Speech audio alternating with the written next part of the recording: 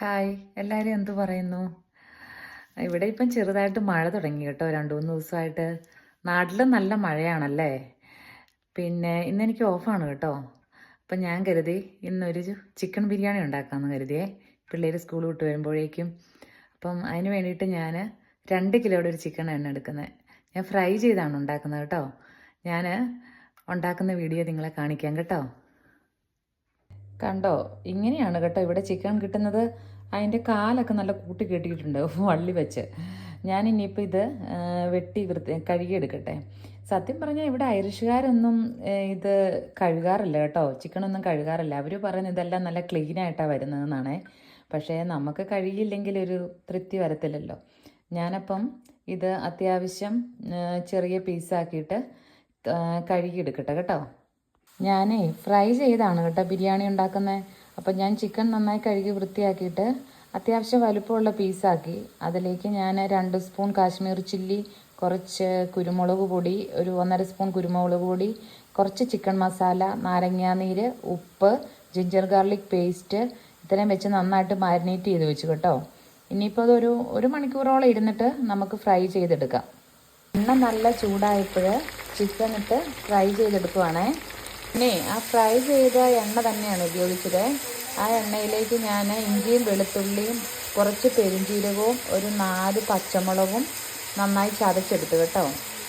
വെളുത്തുള്ളി ഒരു 10 അല്ലി എടുത്തു. ഇഞ്ചി ഒരു മീഡിയം സൈസ് വലിപ്പമുള്ളൊരു ഇഞ്ചി എടുത്തു, ഇഞ്ചിയുടെ പീസ്. പിന്നെ സവോള ഒരു 5 സവോള എടുത്തു കേട്ടോ. കാരണം എന്താണെന്ന് വെച്ച് കഴിഞ്ഞാൽ നല്ല മസാല വേണമല്ലോ എന്ന് കരുതി. പിന്നെ തന്നെയും നല്ല 2 കിലോ ചിക്കൻ ഉണ്ടായിരുന്നല്ലോ. അപ്പം ഇത് വഴന്ന് വരുമ്പം ഇതങ്ങ് ചുരുങ്ങും. അപ്പം അതെടുത്ത് നന്നായിട്ട് വഴറ്റുവാണേ. ഉപ്പും ഇട്ടേ. സവോള അത്യാവശ്യം നന്നായി മൂത്തേ. ഞാൻ അധികം മുളക് പൊടി ഇടുന്നില്ല, കാരണം ഞാൻ എരിവുള്ള 4 പച്ചമുളക് ഓൾറെഡി ഇട്ടിട്ടുണ്ട്. പിന്നെ ഞാൻ 1 സ്പൂൺ കാശ്മീർ ചില്ലിയും ഒരു സ്പൂൺ മുളക് പൊടി എടുത്തിട്ടുണ്ട്. പിന്നെ ബിരിയാണി മസാല 3 സ്പൂൺ എടുത്തു. 1 സ്പൂൺ ചിക്കൻ മസാല എടുത്തു. ഒരു ചെറിയ ടീസ്പൂണിന് ഗരം മസാല, 1 സ്പൂൺ മഞ്ഞൾപ്പൊടി. ഇത്രയും ഞാൻ ഈ നന്നായി മൂത്ത സവോളയ്ക്കകത്തിട്ട് വഴറ്റുവാണേ. നന്നായി മൂക്കട്ടെ. അതിന് ശേഷമാണ് നമ്മൾ തക്കാളി ഇടുന്നത്.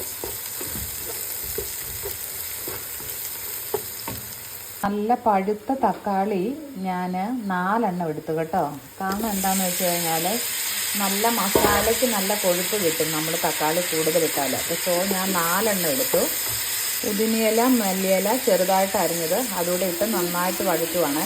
നന്നായി വഴന്ന് കേട്ടോ മസാല. അപ്പം ഞാൻ അതിനകത്തേക്ക് ഒരു 2 സ്പൂൺ നല്ല കട്ടിയുള്ള തൈരിട്ട് നന്നായി മിക്സ് ചെയ്യുവാണ്. പിന്നെ ഈ മസാലയുടെ ഉപ്പൊക്കെ നോക്കണം. നമ്മൾ ഓൾറെഡി ചിക്കൻ ഫ്രൈ ചെയ്ത് വെച്ചതിന് അത്യാവശ്യം ഉപ്പൊക്കെ ഇട്ടാണല്ലോ നമ്മൾ വറുത്ത് വെച്ചിരിക്കുന്നത്. ഇനി ഈ മസാലയ്ക്കകത്തേക്ക് നമ്മൾ ഫ്രൈ ചെയ്ത് ചിക്കൻ ഇട്ടിട്ട് നന്നായിട്ട് മസാലകൾ ഇത് പിടിക്കുന്ന വരെ ഇളക്കി സിമ്മിൽ കുറച്ച് നേരം നമുക്ക് വയ്ക്കാം. ഞാനേ ഇവിടെ സവോള വറുത്ത് മാറ്റി വെച്ചിട്ടുണ്ടായിരുന്നേ. കാഷ്യൂനട്ടും കിസ്മിസും. ഇവിടെ പിള്ളേർക്ക് അധികം ഇഷ്ടമില്ല കേട്ടോ കിസ്മിസും മറ്റേ കാഷ്യൂ ഇടുന്നത്. എന്നാലും ഞാൻ കുറച്ച് വറുത്ത് വെച്ചിട്ടുണ്ട്. പിന്നെ ഞാൻ ഈ മസാലയ്ക്കകത്തേക്ക് നമ്മുടെ ഈ വറുത്ത് വെച്ചിരിക്കുന്ന കുറച്ച് സവോള ഇടുവാണേ. അപ്പോൾ ഒരു പ്രത്യേക ഒരു ടേസ്റ്റ് കൂടും കേട്ടോ. ഒരു ശകലം കുറച്ചിട്ടാൽ മതി. എന്നിട്ടത് നന്നായി മിക്സ് ചെയ്ത് വെക്കണം. നമുക്കിനി ചോറ് വയ്ക്കാനായിട്ട് നമ്മുടെ ഒരു പാത്രത്തിൽ കുറച്ച് ഗീയാണ് ഞാൻ ഇട്ടത്. ഗീ ചൂടായി കഴിഞ്ഞാൽ ഇപ്പോൾ നമ്മുടെ കറുവാപ്പട്ട, ഗ്രാമ്പൂ, ഏലക്ക, പിന്നെ നമ്മുടെ ബേ ലീഫ് അതെല്ലാം ഇട്ട് നന്നായി പൊട്ടിച്ചു. പിന്നെ അതിലേക്ക് കുറച്ച് ഇഞ്ചി വെളുത്തുള്ളി പേസ്റ്റും സവോളയും കൂടി ഇട്ട് മിക്സ് ചെയ്യുകയാണ്. ഇഞ്ചി വെളുത്തുള്ളി പേസ്റ്റ് ഇട്ടില്ലെങ്കിലും കുഴപ്പമില്ല കേട്ടോ. ഞാനിട്ട് മിക്സ് ഉണ്ടായിരുന്നു, അത് ചെയ്യുന്നതാണ്. അരി ഞാൻ ഒരു 10 മിനിറ്റ് വെള്ളത്തിൽ ഇട്ടായിരുന്നു കേട്ടോ, നന്നായി കഴുകിയിട്ട്. ഇത് ബസ്മതി റൈസാണ്, ജീരകശാല റൈസ് അല്ല. അപ്പോൾ ആ അരി എടുത്ത ഗ്ലാസ്സിൽ തന്നെ ഞാൻ 6 ഗ്ലാസ് വെള്ളം തിളപ്പിക്കാൻ വെച്ചു. 4 ഗ്ലാസ് അരിക്ക് 6 ഗ്ലാസ് വെള്ളമാണ് എടുത്തത്. അപ്പോൾ അരി നന്നായിട്ടൊന്ന് വറുത്ത് കഴിയുമ്പം നമുക്ക് ആ തിളപ്പിച്ച വെള്ളം ഈ റൈസിലൊഴിച്ച് ഒരു മീഡിയം ഫ്ലെയിമിൽ വെച്ച് നമുക്ക് വേവിച്ചെടുക്കാം. അപ്പോൾ കറക്റ്റ് അളവിൽ നമുക്ക് വെന്ത് കിട്ടും. അങ്ങനെ നമ്മുടെ ചിക്കൻ റെഡിയാണ്. പിന്നെ അടിയിൽ ചിക്കൻ ഇട്ടു, പിന്നെ അതിൻ്റെ മുകളിൽ റൈസ് ഇട്ടു. ഇനി കുറച്ച് കാഷ്യൂനട്ടും പിന്നെ നമ്മൾ വറുത്ത് വെച്ച സവോള എല്ലാം കൂടെ ഇടണം. പിന്നെ അതിന് മുകളിൽ കുറച്ച് മല്ലിയിലയും പുതിനയിലയും കൂടി ചെറുതായിട്ട് അരിഞ്ഞു വെച്ചത്. ഞാൻ ഫുഡ് കളറൊന്നും ചേർക്കാറില്ല കേട്ടോ. നമുക്ക് വേണമെങ്കിൽ കുറച്ച് പാലിനകത്ത് ഇച്ചിരി മഞ്ഞപ്പൊടി ഇട്ട് ജസ്റ്റ് വേണമെങ്കിൽ ഒന്ന് തളിച്ചാൽ ഒരു മഞ്ഞ കളർ കിട്ടും കേട്ടോ. ഇവിടെ ഫുഡ് കളറുണ്ട്, പക്ഷെ ഞാനത് യൂസ് ചെയ്യാറില്ല. പിന്നെ വേണമെങ്കിൽ നമുക്ക് നെയ്യ് കൂടുതൽ വേണമെങ്കിൽ ചേർക്കാം. റോസ് വാട്ടർ ജസ്റ്റ് വേണമെങ്കിൽ 1-2 ഡ്രോപ്സ് തളിക്കാം. ഞാൻ അധികം നെയ്യ് ഉപയോഗിക്കുന്നില്ല കേട്ടോ. എല്ലാം സെറ്റായി കേട്ടോ. ഞാൻ 2 ലെയറായിട്ട് എല്ലാം ഇട്ടു. ഇനി നമുക്ക് നന്നായിട്ട് അടച്ചു വെച്ചിട്ട് ഒരു അധികം നേരമൊന്നും വേണ്ട, ഒരു 5 മിനിറ്റ് മതി. കാരണം ഇങ്ങനെ ആവി പോകാത്ത നല്ല അടപ്പുണ്ടെങ്കിൽ നമുക്ക് ഇത് വെച്ച് ചെറിയ സിമ്മിൽ വെച്ചാൽ മതി കേട്ടോ. നമുക്ക് ഈ ബിരിയാണിക്ക് പറ്റുന്ന ഒരു പുതിന ചട്നി കൂടി പെട്ടെന്ന് ഉണ്ടാക്കാം. കുറച്ച് പുതിനയിലയും മല്ലിയിലയും കുറച്ച് തേങ്ങ, പിന്നെ ഒരു കുഞ്ഞുള്ളി, ഒരു പച്ചമുളക്, കുറച്ച് നാരങ്ങാനീര്, ഉപ്പ്, ഇത് വെച്ച് നമുക്ക് നന്നായിട്ട് അരച്ചെടുക്കാം. അങ്ങനെ ബിരിയാണി റെഡിയായി കേട്ടോ. ഞാനേ സെർവ് ചെയ്യാൻ എടുക്കുമ്പോൾ കാണിക്കാം.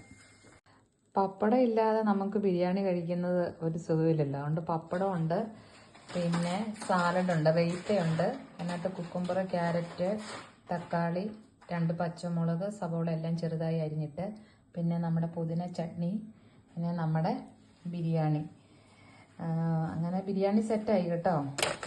ഞാൻ കഴിച്ചു നോക്കിയില്ല, എനിക്ക് തോന്നുന്നു കണ്ടിട്ട് കുഴപ്പമൊന്നുമില്ലെന്ന് തോന്നുന്നു.